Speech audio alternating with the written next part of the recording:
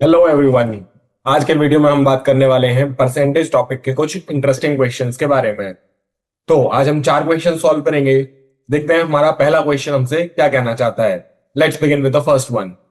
The question says fresh grapes contain 80% water while dry grapes contains 40% water.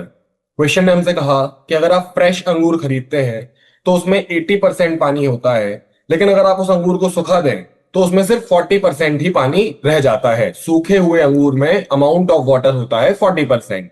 ठीक है। तो पूछा जा रहा है what is the weight of dry grapes obtain from 60 KG of fresh grapes. तो सवाल है कि 60 केजी अगर आप फ्रेश ग्रेप्स खरीद के लाएं तो उन्हें सुखाने पर जो ड्राई ग्रेप्स बनेंगे वो कितने केजी होंगे, the amount of dry grapes कितना होगा। तो ये हमारा क्वेश्चन। मैक्सिमम लोग इस क्वेश्चन को पता नहीं क्यों अटेम्प्ट नहीं करते हैं, स्किप कर जाते हैं। बट मैं आपको इस क्वेश्चन को सॉल्व करने का एक बहुत ही आसान तरीका बताने वाला हूं, जो है जब भी ऐसे क्वेश्चंस आपके सामने आए, स्पेशली हम कह सकते हैं ग्रेप्स वाले क्वेश्चन, तो आपको फोकस उस चीज पे नहीं करना है जो क्वेश्चन बोल रहा है, यानी कि द अमाउंट ऑफ वाटर। आपको फोकस करना है उस चीज पे जो वाटर के अलावा वहां पर है। तो एक अंगूर के अंदर पानी के अलावा और क्या होता है? The answer is definitely the pulp. यानी कि आपको फोकस रखना है इस अंगूर के अंदर के पल्प पे। तो let's read the question again. Question ने हमसे बोला 80% वाटर होता है फ्रेश ग्रेप में। इसका मतलब है कि उसमें 20% पल्प होता है। और सिमिलरली ड्राई ग्रेप्स में 40% पानी होने का मतलब है कि उसके अंदर 60% पल्प रहता है। Now when we read this, हमें पता चलता है कि जब हम अंगूर को सुखाते हैं तो उस प्रोसेस में सिर्फ पानी चेंज होता है, पल्प कहीं नहीं जाता है, पल्प कभी इवेपोरेट नहीं होता है। यानी कि वो पल्प जो फ्रेश ग्रेप के अंदर था वही पल्प हमें ड्राई ग्रेप में एज इट इज मिलने वाला है। सिर्फ उसका परसेंटेज चेंज होगा, वो भी पानी के इवेपोरेट होने की वजह से। तो यानी कि हम लिख सकते हैं that 20% of the fresh grapes,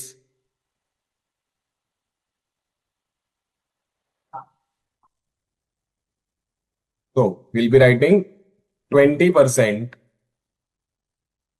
of fresh grapes is equal to 60% of dry grapes। जिससे हम क्या पता करते हैं? That fresh upon dry will be equal to 60/20, क्योंकि परसेंटेज से परसेंटेज कैंसिल हो सकता है अगर वो ऑपोजिट साइड पे है। तो हमारे परसेंटेज कैंसिल हो गए, जिससे हमें मिला फ्रेश बाय ड्राई की वैल्यू होगी 3/1। यानी कि इस रेशियो में हमें फ्रेश और ड्राई ग्रेप्स देखने को मिलेंगे। So if I had 60 KG of fresh grapes, यानी अगर मेरे फ्रेश ग्रेप्स की वैल्यू 60 केजी थी, तो डेफिनेटली ड्राई ग्रेप्स की वैल्यू होगी 20 केजीज, क्योंकि जब मैं कैंसिल आउट करता हूं तो यहां पर मुझे ये वैल्यू 20 मिलती है। तो इस क्वेश्चन का आंसर होगा option B, that is 20 kg. तो एक बहुत ही आसान क्वेश्चन होता है, बट मैक्सिमम लोग इसमें वाटर पर फोकस करके इस क्वेश्चन को गलत कर जाते हैं। Now let's move to the second one. हमारा सेकेंड क्वेश्चन हमसे क्या कहता है, अब हम देखते हैं अगले क्वेश्चन के अंदर।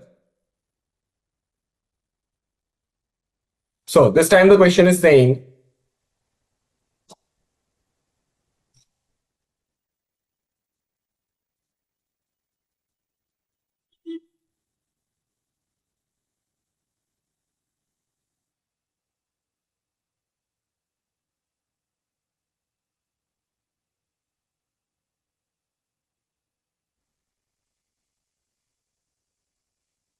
so the second question says the price of Maruti car rose by 50% while the sales of the car came down by 30%। तो इस बार हमारे क्वेश्चन ने हमसे कहा कि मारुति कार की प्राइस जो है वो 50% बढ़ गई, यानी जिस भी प्राइस पे पहले कार मिला करती थी अब वो उससे 50% महंगी मिलेगी। while the sales of the car came down by 30%, और कार की जो सेल्स थी वो 30% गिर गई, यानी कि जितनी भी कार्स पहले बिकती थी अब उससे 30% कम बिक रही हैं, विच इज डेफिनेटली, क्योंकि प्राइस बढ़ेगी तो सेल्स कम हो जाएगी। तो ऐसा हुआ। तो finally the question is find the percentage change in the total revenue. तो इस कंपनी के टोटल रेवेन्यू, यानी जो पैसा ये जनरेट करते थे, उसमें कितना चेंज आएगा। तो इस क्वेश्चन को मैं दो तरीके से आपको सॉल्व करने का मेथड बताऊंगा। पहला, तो इसके लिए हमने ऑलरेडी एक फॉर्मूला डिस्कस किया हुआ है जिसे हम कहते हैं नेट परसेंटेज चेंज का फॉर्मूला। वो हम कब अप्लाई करते हैं? जिस भी क्वेश्चन में मुझे परसेंटेज के दो नंबर्स मिलते हैं जिनमें से एक का नेचर इंक्रीजिंग होता है और दूसरे का नेचर डिक्रीजिंग, और वो दोनों मिलके काम करते हैं। So if we look at the formula for this question will be revenue is equal to the number of cars sold multiplied by the price of the car.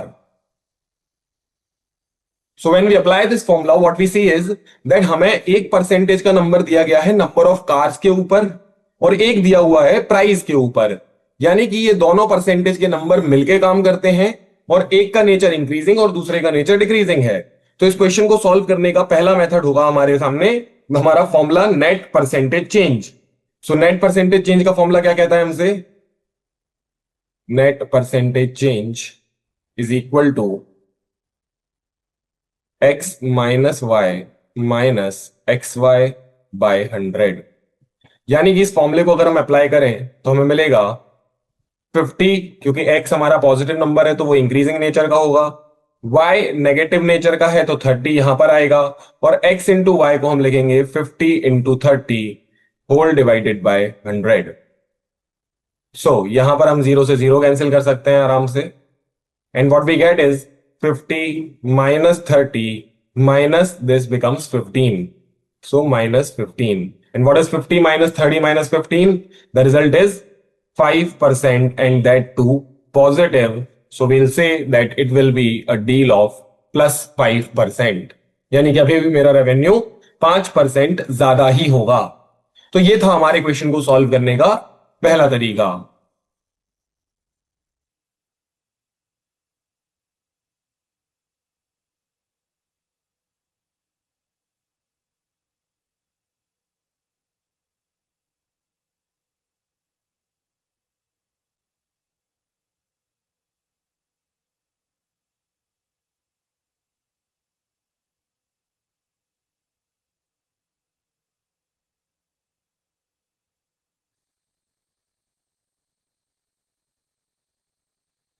तो अब बात करते हैं इस क्वेश्चन को सॉल्व करने के दूसरे मेथड के बारे में। तो हमारे क्वेश्चन ने हमसे क्लियरली बोला था कि the price of Maruti car rose by 50%, यानी मारुति कार की जो भी कीमत थी अब वो 50% ज्यादा हो गई है। While the sales of the car came down by 30%, लेकिन कार की जो सेल्स है वो 30% डिक्रीज हो गई है। यानी पहले जितनी भी कार्स बिका करती थी अब उससे 30% कार्स कम बिक रही हैं। तो डेफिनेटली इस कंपनी को या वॉट एवर ये शोरूम है, इसको अपने रेवेन्यू में जो कि टोटल पैसा ये पहले कमाया करते थे और अब जो ये पैसा कमाएंगे उसमें कुछ चेंजेस नजर आएंगे। तो हमें बताना है वो परसेंटेज में कितना चेंज ऑब्जर्व करेंगे। तो इसको करने का एक बहुत ही आसान तरीका जो होता है वो मैं आपको बताऊं, तो उसके लिए पहले आपको इस क्वेश्चन में यूज होने वाले फॉर्मूले पे फोकस करना होगा। तो इस क्वेश्चन में जो फॉर्मूला यूज होता है वो है basically revenue is equal to sales multiplied by price.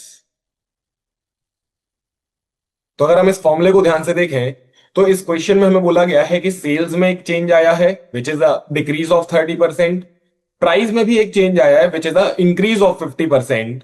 तो जब भी मुझे इस तरफ वाले दो नंबर्स में कुछ चेंजेस नजर आए और मुझसे इस लेफ्ट साइड वाले नंबर के चेंजेस पूछे जाएं, तो एक बहुत ही आसान ट्रिक हम लगा सकते हैं, ये मानते हुए कि हमारे इस तरफ वाले दोनों नंबर्स 10 और 10 थे। तो ऐसा करने पे हमारे लेफ्ट साइड का नंबर इनिशियली बन जाता है 100। ध्यान से समझे मैंने क्या किया है। मैंने माना है कि इस कंपनी में पहले 10 ही कार्स बिकती थी और हर एक कार 10 रुपए की ही होती थी, तो इस कंपनी का रेवेन्यू होता था simply 100 rupees. Now let's read the question. उसने हमसे कहा कि सेल्स डिक्रीज हुई है 30%। तो मेरा ये जो सेल्स का 10 नंबर था अब वो 10 न रह के बचा रह गया है 7, डिक्रीज बाय 30%। एंड सिमिलरली मेरा ये जो प्राइस का नंबर 10 था अब वो चेंज होके बन गया है 15 because it is increase by 50%। तो अब मेरे दो नंबर्स हैं 7 एंड 15 जिनका प्रोडक्ट होता है 105, और मैं बड़ी आसानी से कह सकता हूं कि मेरे रेवेन्यू की वैल्यू 100 से 105 हुई है, यानी डेफिनेटली मेरे रेवेन्यू में 5% का इंक्रीज देखने को मिला है। तो एक बहुत ही आसान तरीके से हम इस क्वेश्चन को यहां से सॉल्व कर सकते हैं। रिमेंबर द मेथड, कई सारे क्वेश्चंस में आपको ये काम आने वाली है।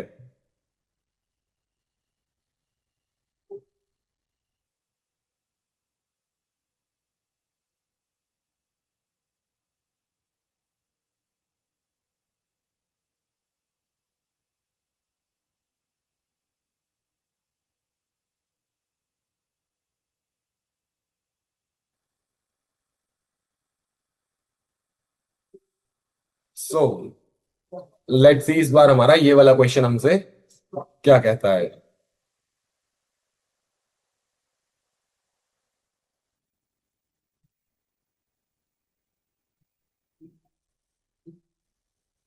So the next question says a mixture of petrol and kerosene weighing 7 kg contains 10% kerosene। तो एक मिक्सचर है 7 kg का जिसमें पेट्रोल और केरोसिन है और केरोसिन का अमाउंट है 10% ऑफ द मिक्सचर। डन। कह रहे हैं how much more kerosene must be added to make it 20% kerosene solution. तो हमें कुछ अमाउंट ऑफ केरोसिन डेफिनेटली डालना होगा क्योंकि हमें केरोसिन का परसेंटेज 10 से 20 लेके आना है। तो कितना अमाउंट ऑफ केरोसिन हमें यहां पर ऐड करना है ये हमसे पूछा गया है। तो फिर से मैं आपको यहां पे बताऊं, थोड़ी देर पहले हमने एक क्वेश्चन सॉल्व किया था जिसमें हमने फ्रूट्स के बारे में, ग्रेप्स के बारे में बात की थी, फ्रेश ग्रेप्स और ड्राई ग्रेप्स के क्वेश्चन। तो उस क्वेश्चन में और इस क्वेश्चन में सिमिलैरिटी क्या है अब मैं आपको बताता हूं।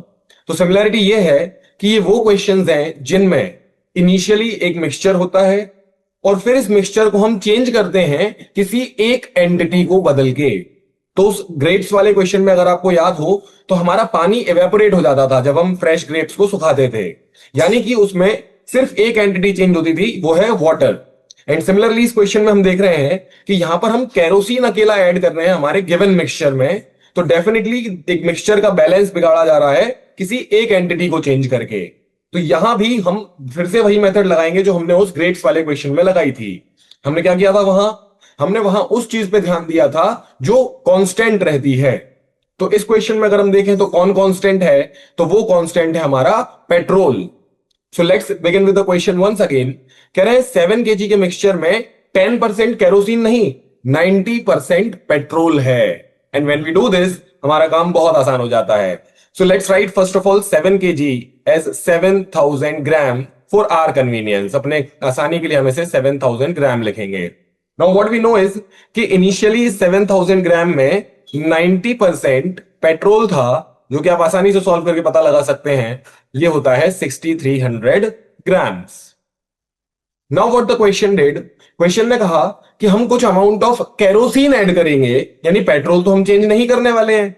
ओके, तो हमने कुछ अमाउंट ऑफ केरोसिन ऐड किया और एक न्यू मिक्सचर तैयार हुआ। और उस न्यू मिक्सचर में 20% केरोसिन नहीं 80% पेट्रोल है। हमें इस बात पर फोकस रखना है। तो हम क्या देख पा रहे हैं कि हमारे न्यू मिक्सचर के अंदर 80% पेट्रोल ही होगा, लेकिन उसकी वैल्यू तब भी 6300 ही रहने वाली है। तो यानी कि न्यू मिक्सचर का 80% वैल्यू 6300 ग्राम के बराबर है। And what we need to find is only the 100% value of the mixture. So what we'll do is हम दोनों तरफ 4 से डिवीजन करने वाले हैं। तो जब हम इस तरफ 4 से डिवीजन करते हैं वी गेट 20%, और जब हम इस तरफ 4 से डिवीजन करते हैं we get 1575 gram. Now we can do two things. Either हम इस स्टेटमेंट को, जो भी हमने 20% वाला स्टेटमेंट लाया, इसे 5 से मल्टीप्लाई कर दें तो भी हम 100% बना सकते हैं। The other way round is, क्योंकि ये नीचे वाले दोनों स्टेटमेंट न्यू सॉल्यूशन के रेस्पेक्ट में है, तो हम इन दोनों को ऐड कर दें तब भी आप देखेंगे 100% ही बनने वाला है। यानी कि हमारे न्यू सॉल्यूशन की टोटल वैल्यू, टोटल वॉल्यूम होने वाला है 7875 ग्राम। तो अगर हम दोबारा से देखें तो हमारा इनिशियल सॉल्यूशन था 7000 ग्राम, लेकिन फाइनल सॉल्यूशन होगा 7875 ग्राम। तो कहां से आया ये 875 ग्राम? ये वही 875 ग्राम ऑफ केरोसिन है जो इस क्वेश्चन में हम बीच में ऐड कर रहे हैं। So the answer to this question is option B 875 grams.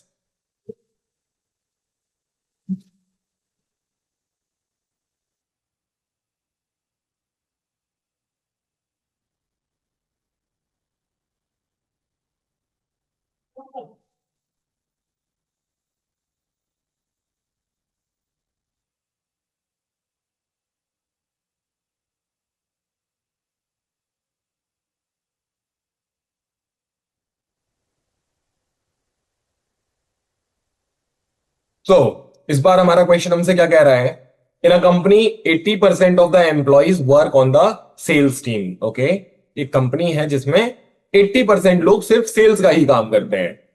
Out of the female employees 90% of them work in the sales team. अच्छा, इस कंपनी की जो फीमेल एम्प्लॉइज है उनका 90% सेल्स टीम में काम करता है। If 25% of the employees are males, और इस कंपनी में टोटल जितने भी लोग काम करते हैं उसका 25% पॉपुलेशन मेल है, बाकी फीमेल है। So find the percentage of males working in the sales team. तो पहली चीज इस क्वेश्चन को देख के जो नजर आती है वो है ढेर सारा डेटा, अलग अलग तरह की बातें, सेल्स टीम के मेंबर, फीमेल के सेल्स टीम के मेंबर, फिर मेल कितने हैं एंड काइंड ऑफ पता नहीं क्या क्या चीजें बताई जा रही है। बट आपको बहुत ही ठंडे दिमाग से इस क्वेश्चन में दो चीजों पर फोकस करना है, और वो है कि मैं अपनी कंपनी की स्ट्रेंथ को मेल फीमेल के फॉर्म में डिस्क्राइब करूं या सेल्स टीम और नॉन सेल्स टीम के फॉर्म में डिस्क्राइब करूं। मेरी टोटल स्ट्रेंथ हमेशा सेम रहने वाली है। सो लेट्स सी अब हमें इस क्वेश्चन में करना क्या है। तो पहली चीज जो मुझे फोकस करनी है वो है हमारी थर्ड लाइन, जहां बोला गया है कि टोटल कंपनी का मेल परसेंटेज क्या है 25 और बाकी 75% ऑब्वियसली फीमेल परसेंटेज हुआ। Done. Then what we see is 90% of the female. तो अब हम इस बात को यूज कर सकते हैं क्योंकि हमें फीमेल के नंबर को लेके एक आइडिया मिल चुका है। तो हमें उस फीमेल वाले नंबर का 90% लेना है और उन्हें सेल्स टीम में भेजना है। तो यहां अगर आप ध्यान से देखते हैं तो कंपनी में फीमेल्स का परसेंटेज शो हो रहा है 75 से, और फिर उस नंबर को यूज करके मुझे उस पर 90% अप्लाई करना है, और यही मैं फंस जाता हूं क्योंकि 75 को ही अगर मैं यूज करूं तो उसका 90% इतना कन्वीनियंट नहीं है, डेसिमल में चला जाएगा। तो मैं बहुत ही स्मार्टली थोड़ा सा कन्वीनियंस क्रिएट करना है इस क्वेश्चन के लिए कि हमारा फीमेल का जो नंबर आए वो थोड़ा इजी हो जाए हमारे लिए। तो मैं आपको बताता हूं यहां पे हम क्या करने वाले हैं। क्योंकि मेल का परसेंटेज 25% है जिसे हम 1/4 कहते हैं, तो मैं मान लेता हूं कि इस कंपनी में टोटल 400 एम्प्लॉइज हैं। तो इससे मुझे क्या पता चलता है कि इस कंपनी में 25% मेल हैं, यानी कि 100 मेल हैं और 300 फीमेल्स हैं। ओके, यहां पहुंच गए हम। इसके बाद हमें क्या बोला गया है कि फीमेल पॉपुलेशन का 90%, तो मैं बहुत ही आराम से इस 300 का 90% सॉल्व कर सकता हूं, जो कि होता है 270। यानी ये 270 वो फीमेल्स हैं जो सेल्स टीम में काम करती हैं। Now let's use the first line. तो उसमें कहा गया है कि कंपनी की टोटल स्ट्रेंथ का 80% काम करता है हमारी सेल्स टीम में। तो मेरे पास तो टोटल स्ट्रेंथ है मेरे पास कंपनी की विच इज 400, और इसका 80% होता है 320। यानी कि इस कंपनी में टोटल देखा जाए तो 320 लोग हैं जो सेल्स टीम में काम करते हैं, और अभी अभी मैंने पता किया है कि 270 हैं वो लोग जो फीमेल साइड से आते हैं हमारी सेल्स टीम में। सो डेफिनेटली मेरी मेल साइड से सिर्फ यहां 50 ही लोगों की जरूरत होती है, क्योंकि 50 एंड 270 मेक्स इट 320। तो अब सवाल पूछ रहा है कि कितने percentage of male sales team में काम करते हैं। तो अगर मेरे 100 में से 50 मेल सेल्स टीम में काम करते हैं, यानी मेरी मेल टीम का 50% स्ट्रेंथ सेल्स टीम के लिए काम करता है। तो ऐसे करके हम इस क्वेश्चन को बहुत ही आसानी से सॉल्व करते हैं।